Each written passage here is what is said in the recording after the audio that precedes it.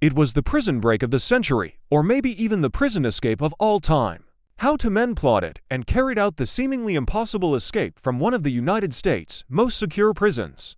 This is the true story of how Richard Matt and David Sweat escaped from Clinton Correctional Facility.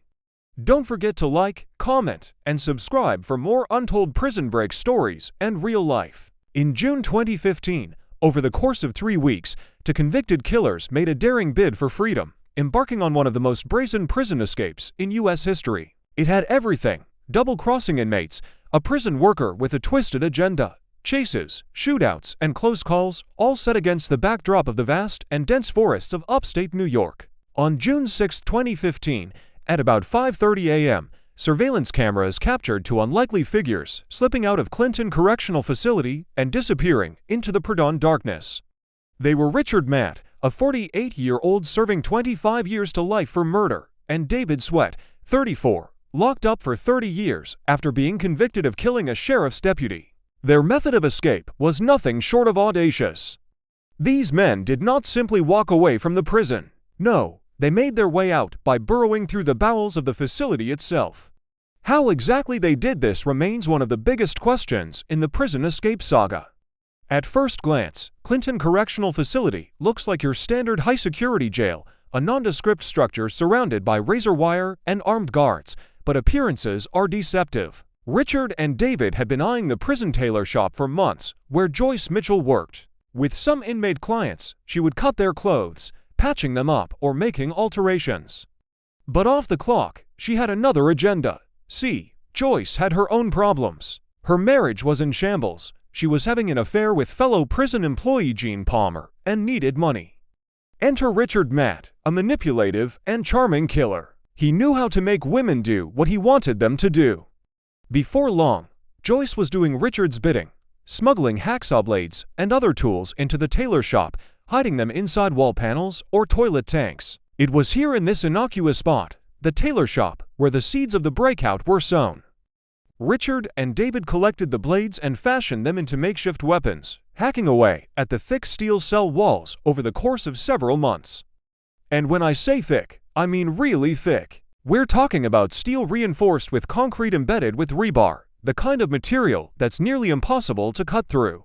But they did it anyway, bit by bit, day after day, chipping away at their prison cells until they made a hole large enough to fit a person through.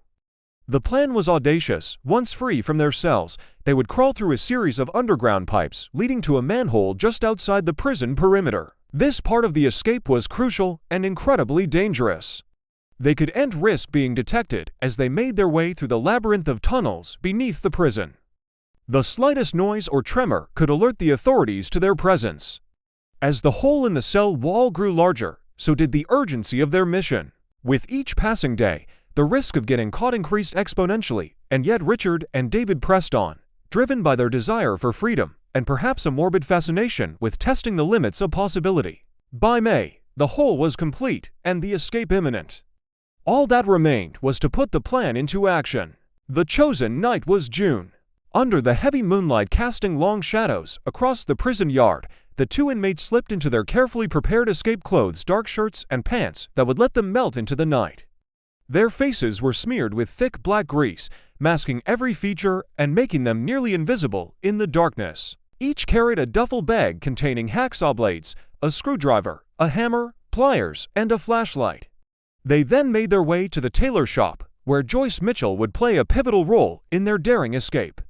Here, in the very place where their plot had been hatched, the prisoners changed into their escape clothes and prepared for their perilous journey. At 5:30 a.m., they began cutting through the steel wall of their cells. Moments later, they were crawling through the tunnel system beneath the prison. Adrenaline surged through their veins as they moved swiftly but silently through the darkness. The air was stale and the space cramped, but they pushed on, driven by the promise of freedom that awaited them beyond the prison walls. As they neared the end of the tunnel, the faint light of dawn filtered through the manhole cover, signaling their impending emergence into the outside world. The escape was going perfectly, then suddenly, a piercing alarm shattered the silence.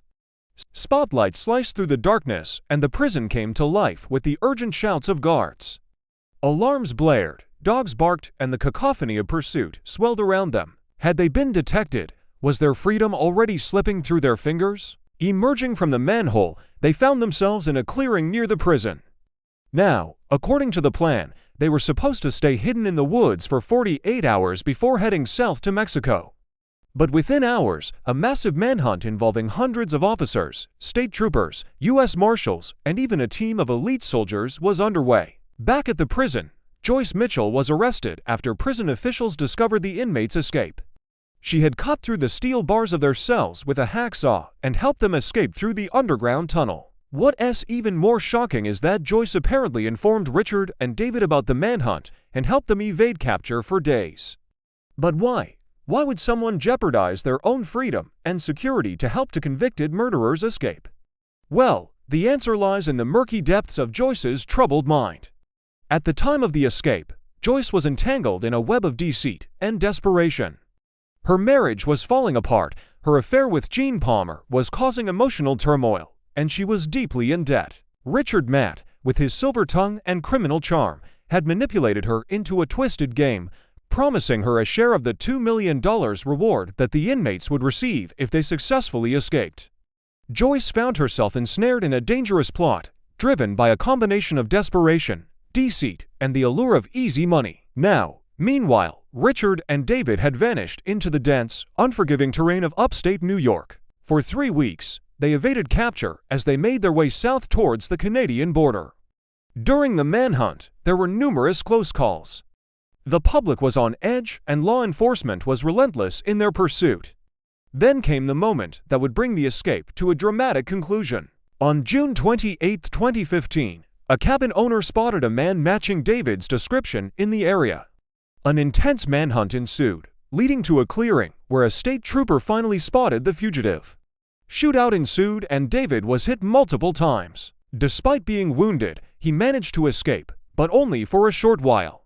He collapsed a short distance away, succumbing to his injuries. As for Richard Matt, he was captured alive on June 29, 2015, after a civilian spotted him stealing a boat. Richard was returned to prison, this time without the possibility of parole. So why did Richard Matt and David Sweat attempt such a daring prison escape?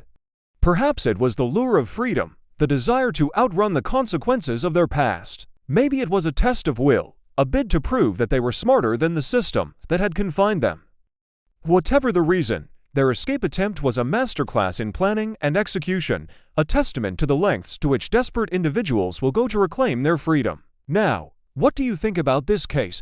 Do you believe that Richard Matt and David Sweat truly had no other option but to escape from Clinton Correctional Facility? Or do you think that they could have stayed in prison and lived out their sentences peacefully? If you have any thoughts on this case, leave them in the comments down below. And on that note, we've come to the end of this gripping tale of daring escape and manhunt. If you enjoyed this video, what do you think, was this escape genius planning or reckless desperation? Let us know in the comments. Don't forget to like, share, and subscribe for more untold true crime stories.